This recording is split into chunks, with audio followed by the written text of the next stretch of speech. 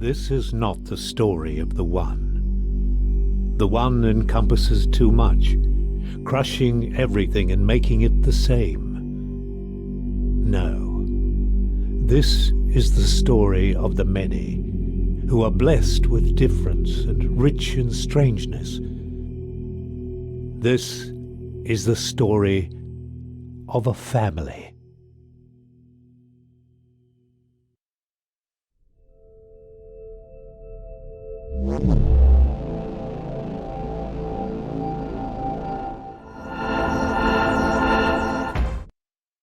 Once upon a time, in the age of the eternal cylinder, there lived a family of little creatures called the Trebum. Trebum are not the strongest, nor the fastest, and they do not have sharp teeth. They would make easy prey for the terrible force that came to their planet. But Trebum are loyal and resourceful and very, very stubborn. It is with such a Trebum that our story begins. One clever little creature born into a cruel world who would be instrumental in bringing prosperity to its kind.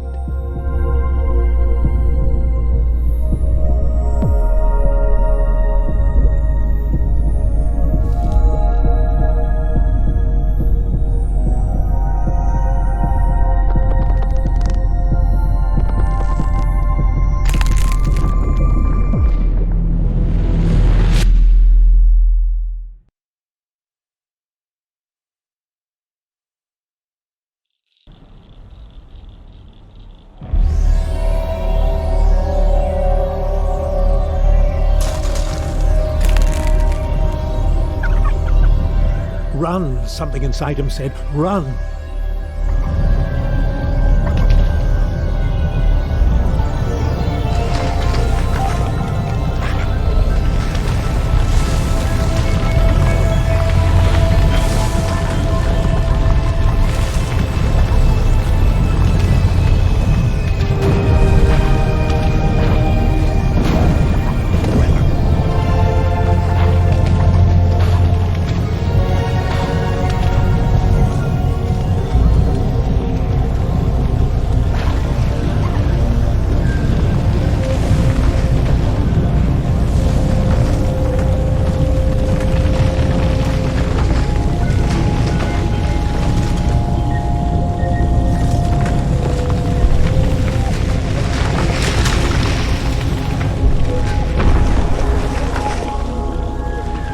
The great crushing thing, the great cylinder, had stopped.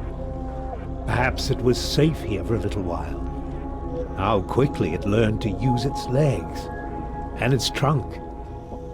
But these things were not so much learned as they were remembered. Perhaps the little Trebum thought they were a gift from the strange voice it heard in its mind. That too was a kind of memory.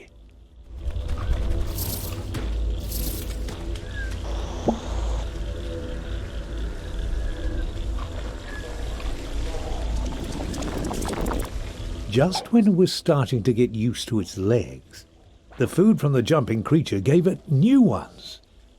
With the right substance as a catalyst, a Trebum can transform and adapt to many challenges.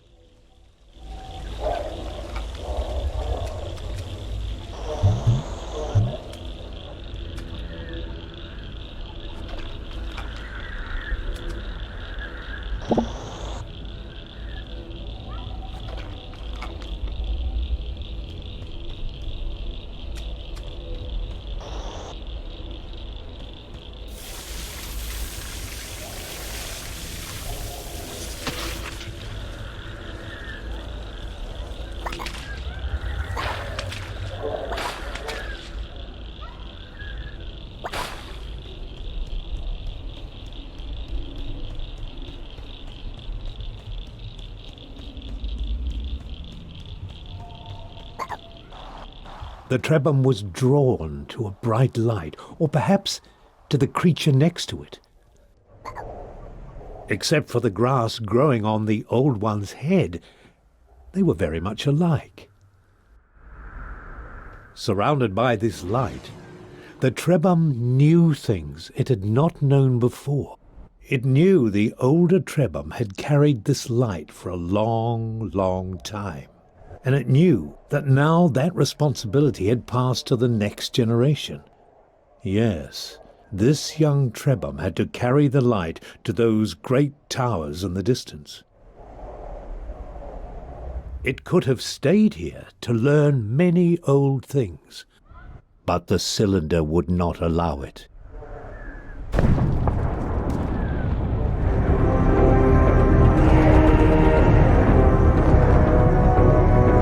Run, the inner voice said, run!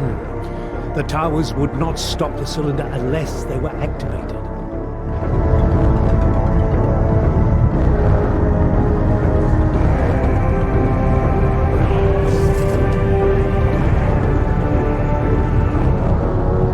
Quickly, the Trebhum had to step on the symbol or the cylinder would not be stopped.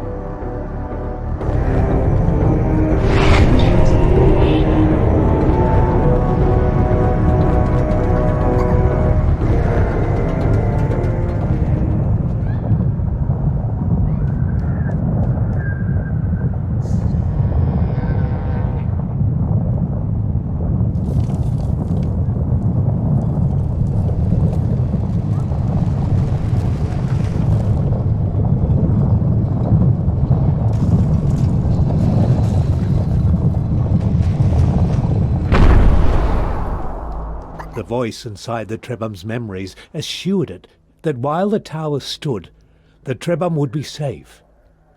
The power of the eternal cylinder was contained for now.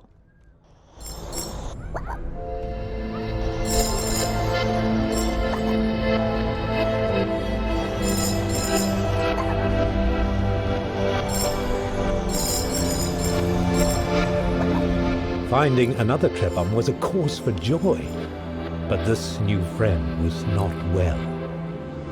Deep inside the memories it had inherited, the Trebhum found the answer. To recover, its friend needed a very specific substance which appeared as glittering clusters of crystal dust. This dust was not natural. Only a great Trebhum could create it. And so it was on the achievements of previous generations that the newborn Trebhum would have to rely. Luckily, it seemed a wise and powerful Trebhum had passed through here some time ago.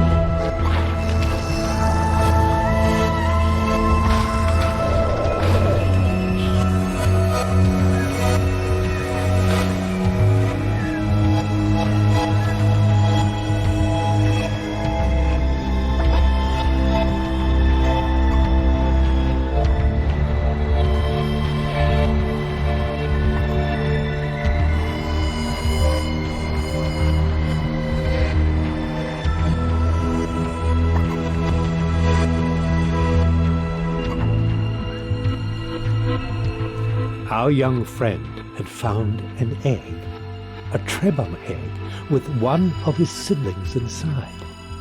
The egg had been abandoned, but it could still be made to hatch. All that was needed was a source of heat.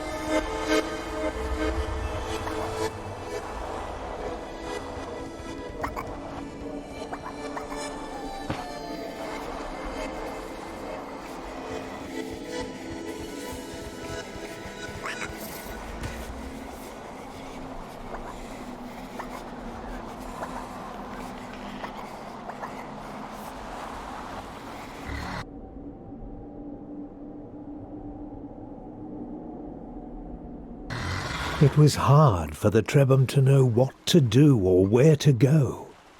But the friendly voice suggested this was not the right way. To find your path, it said, you must follow the beam of light that emanates from the tip of the tower, and stay away from the deep waters where the old things dwell.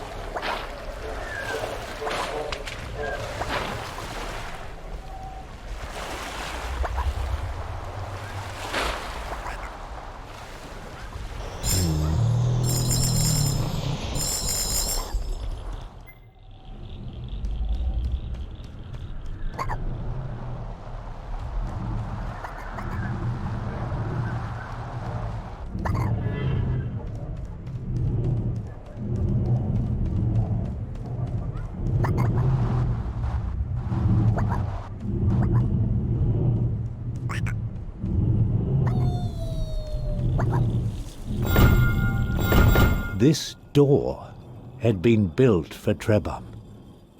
It gave them hope that in this large and dangerous world, some places had been made for them.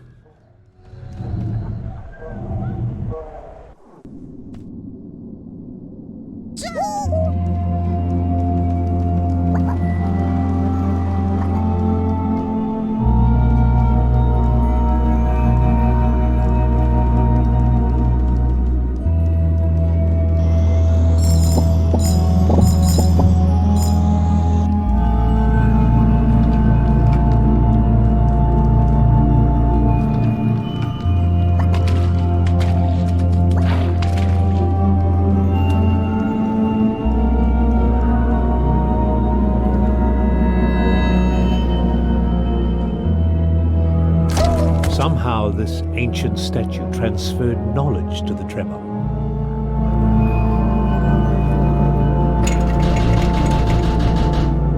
It was as if a memory had been stored inside it, waiting for someone to absorb it.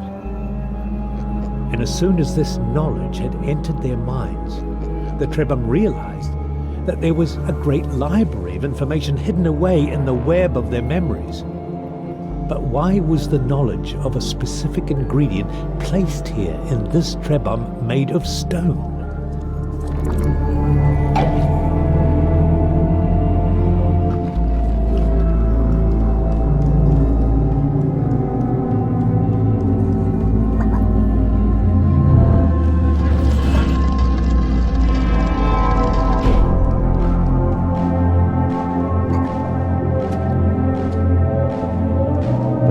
Inside the cave, the Trebhum found a living elder. It had been waiting in this chamber for a long, long time. The elder told them it was happy to see some friends before the cylinder came. It said, "You are young, so you never knew the time when our people could shapeshift at will. We Trebhum are inheritors of a vast tree of abilities passed on to all future Trebhum. But this power is being taken away.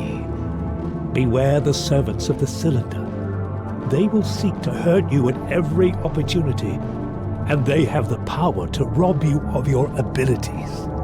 But if you persevere, one day you will find a way to protect yourselves from their evil light. Farewell, my brave friends. I fear I am too old and tired to join you. May you find a way to prosper in this time of struggles."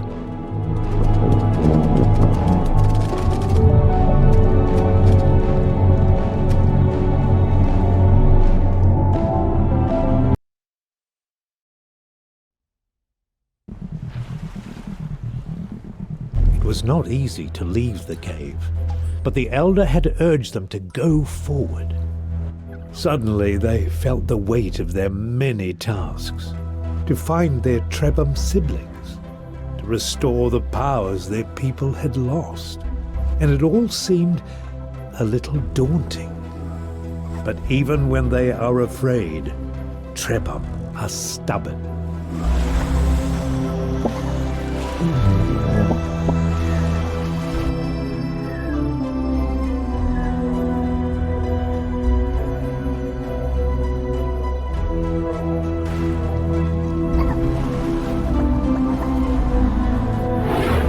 The cylinder resumed its destruction. Nothing could stop it forever.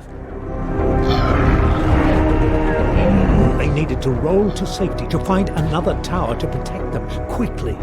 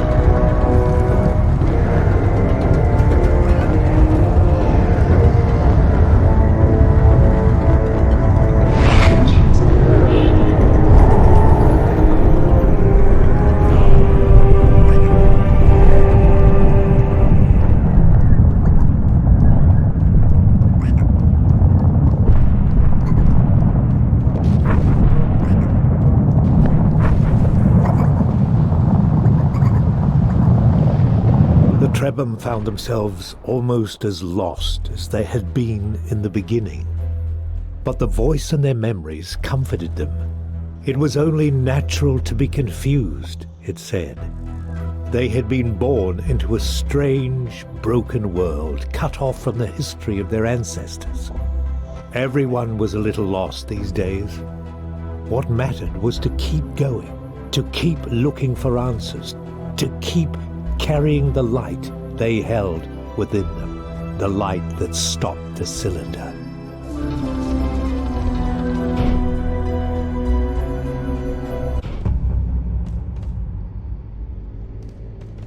In this strange, eerie temple, the Trebhum felt something stir in their memories. There was a great power in this place. Something from the days when even the elders were young. Perhaps it could help them.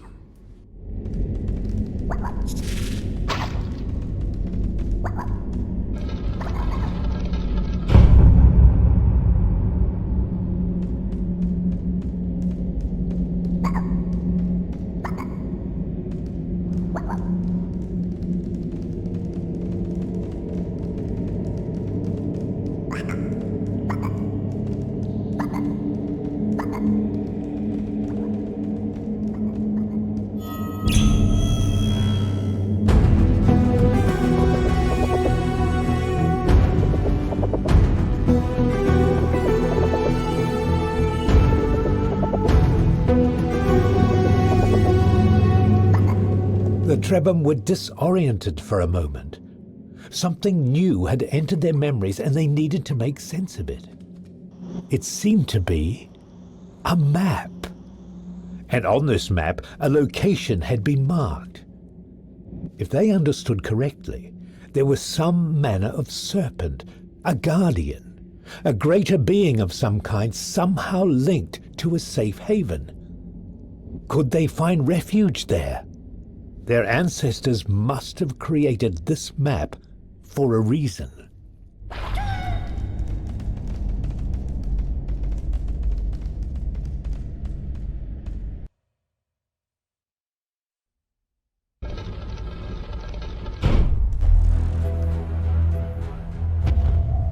What manner of strange beast lurked behind the cylinder? The Trebham were deeply unsettled by this new mystery. But though some part of them was curious, they were certain it would be best not to find out.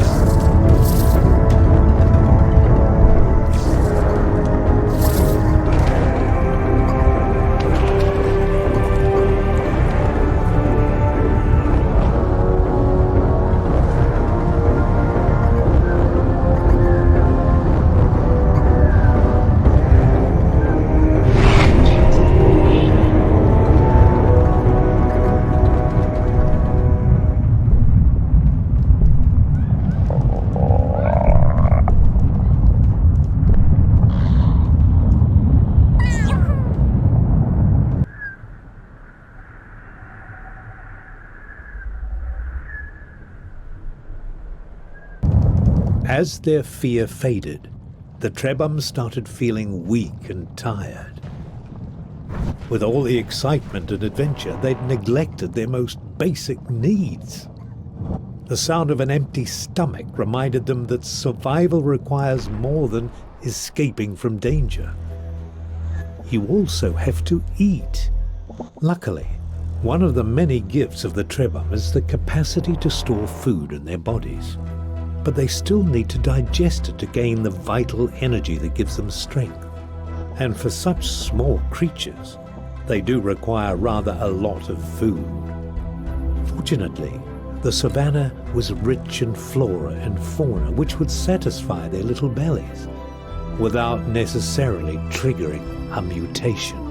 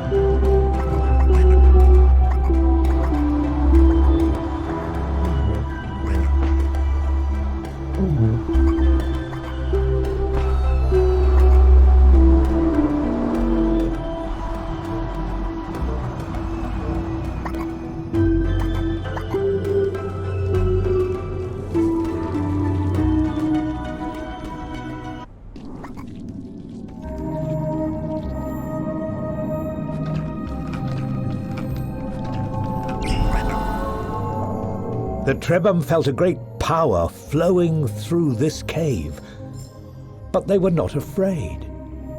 The power felt familiar, even friendly. These glowing structures were the work of their ancestors.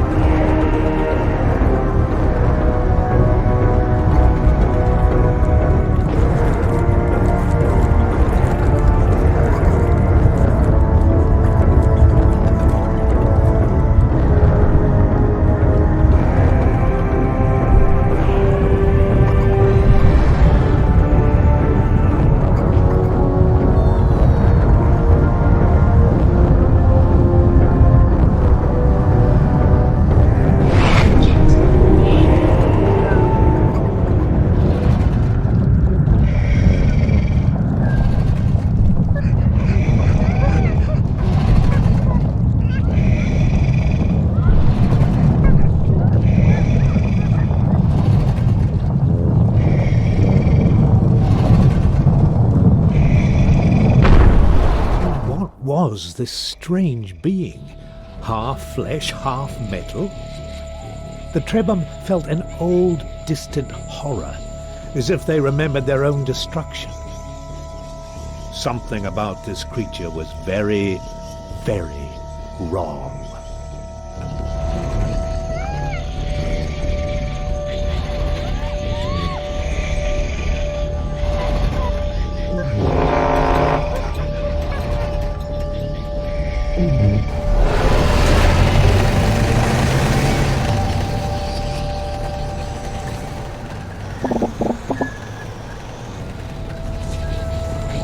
Trapped on all sides by deep pools of poisonous gas, the Trebhum needed to find a way to escape this monstrosity.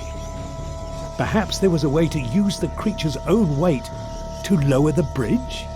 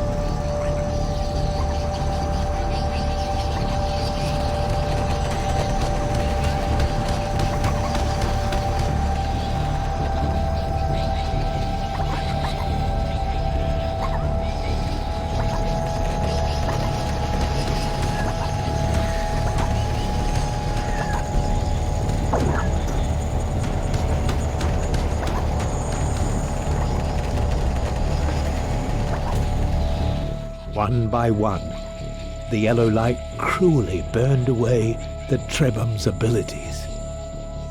The Elder had warned them about the evil light of the cylinder's servants.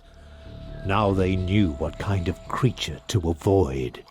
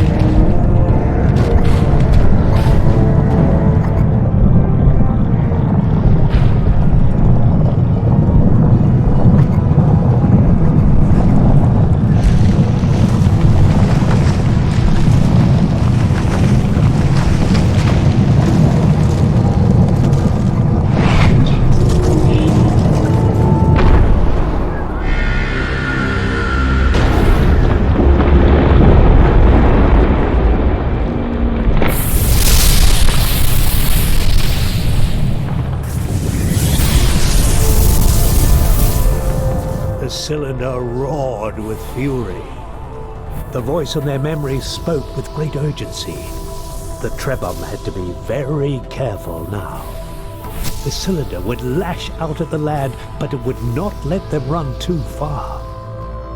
To survive, they would have to stay in the eye of the storm.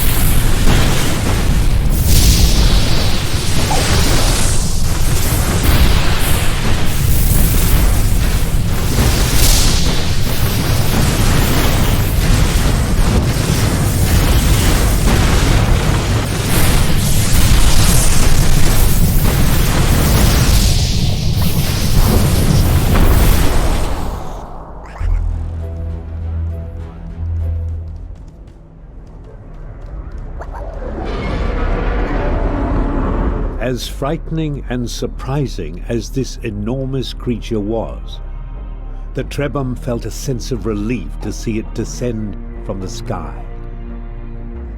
This was the celestial being they'd been told to seek. Perhaps it held an answer to their troubles.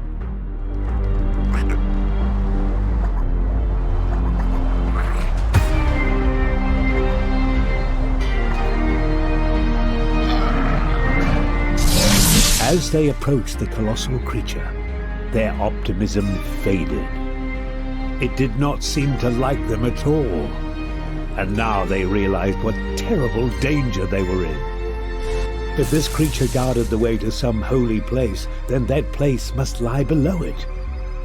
And being so large, the creature most likely could not see what was in front of it, or beneath it. So perhaps the size of the Trebhum was an advantage after all. Perhaps they could reach the platform right under the serpent's head.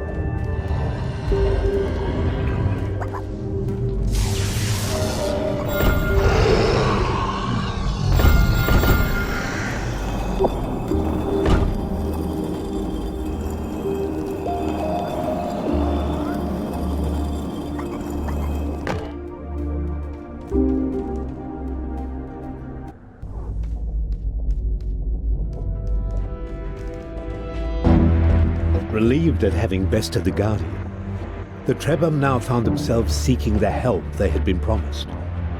Who would answer their questions in this place?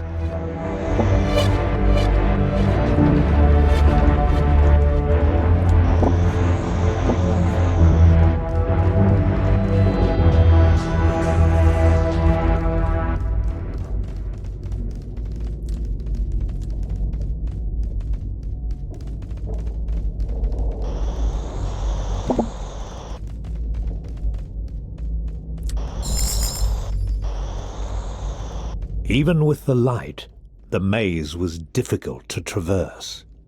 Was there some clue in the structures on the walls? Was the path of sand on the ground meant to help them? Perhaps others had walked in this place long ago and tried to leave a path for those who would one day follow them.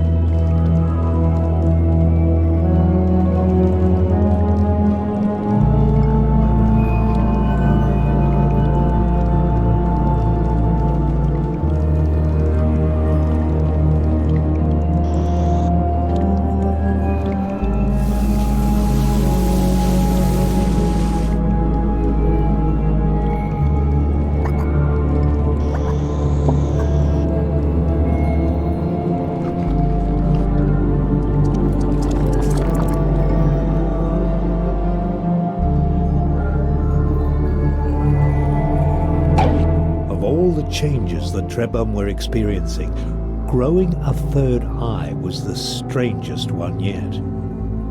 To make things even stranger, this eye seemed to look in two directions at once, into the world and into their memories. They could use it to find in the real world any element that was contained in the web of their memories. It was truly a remarkable mutation.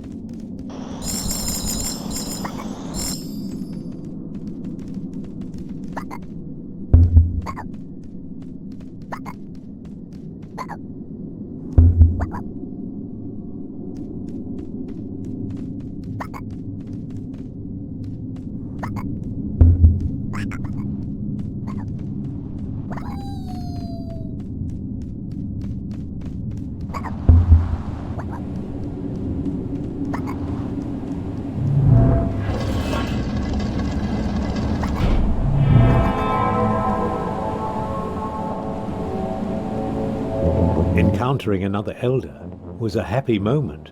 The Trebhum asked how they might survive the cylinder, and the elder replied, "I can feel your fear, little ones. Ever since this cataclysm began, we have been seeking ways to stop it. But the cylinder is relentless and indestructible. It will consume everything in its path. So, perhaps what we need to do is go behind it. I have discovered a mutation that allows us to rise into the sky. You must seek a weeping tree from which grows a special fruit that floats as it becomes ripe. It is the key to the transformation I have undergone. With it, you can use geysers to float well above the cylinder's height.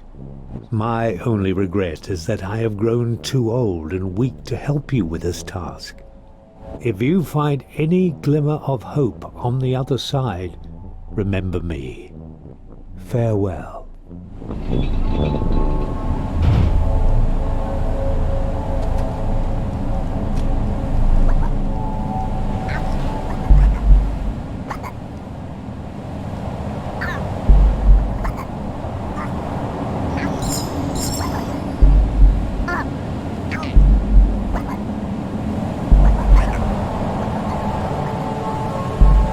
Sadness and fear filled the Trebhum's hearts as they left the Elder's cave. Their only path to salvation was full of uncertainty, and they could not forget the thing they had seen lurking behind the cylinder, casting a dark shadow over this glimpse of light.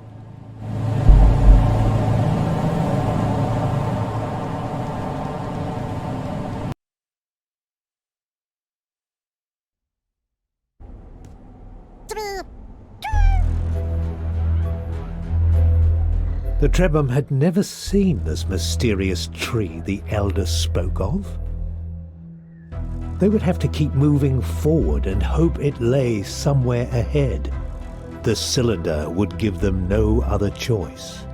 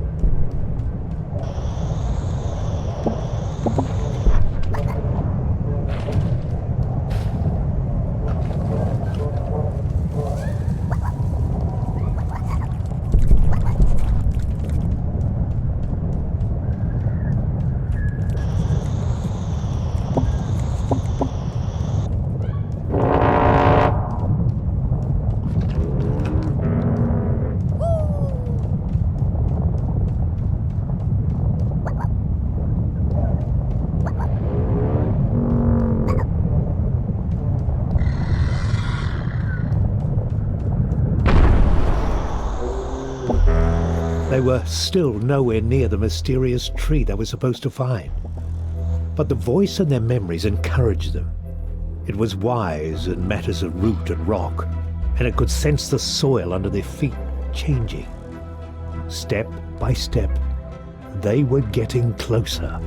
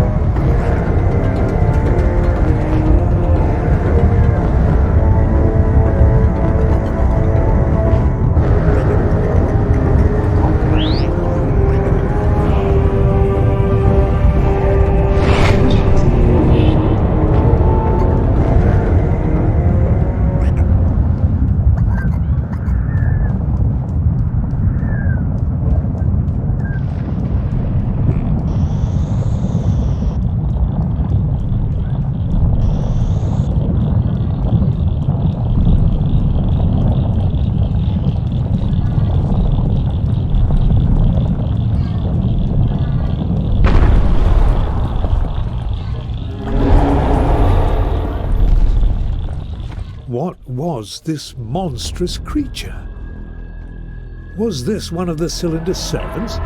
The ones the Elder had warned them of? Its very form terrified the Trebhum. Even the voice and their memories seemed frightened of it. And then, somehow, the Trebhum remembered the creature's name. It was called the Mathematician.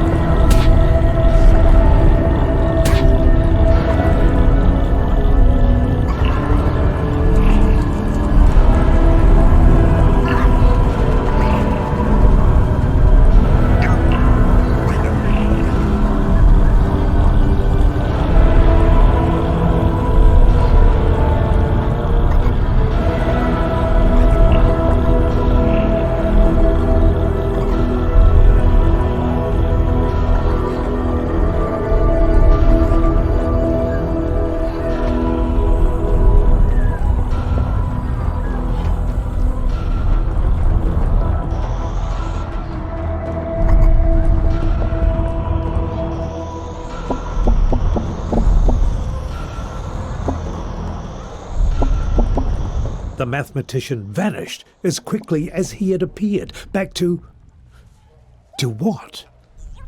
What lay behind the cylinder?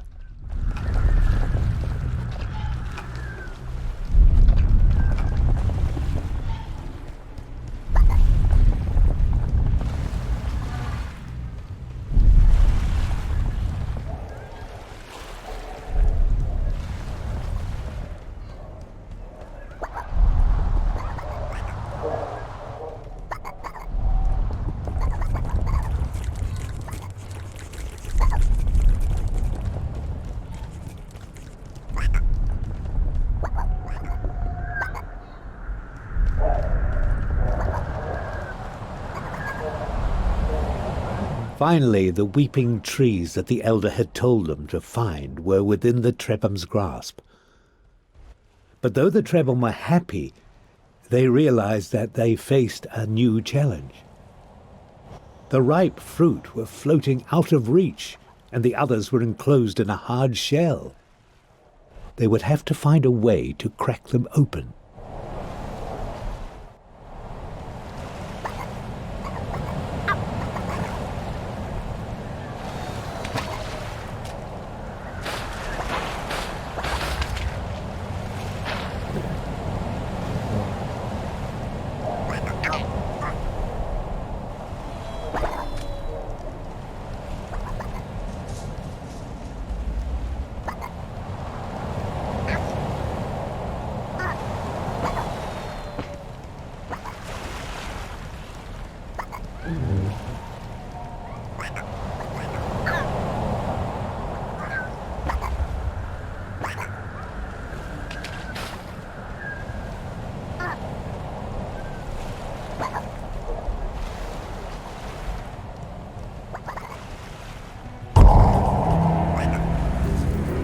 Even with the ability to float, overcoming the cylinder would have to be done very carefully.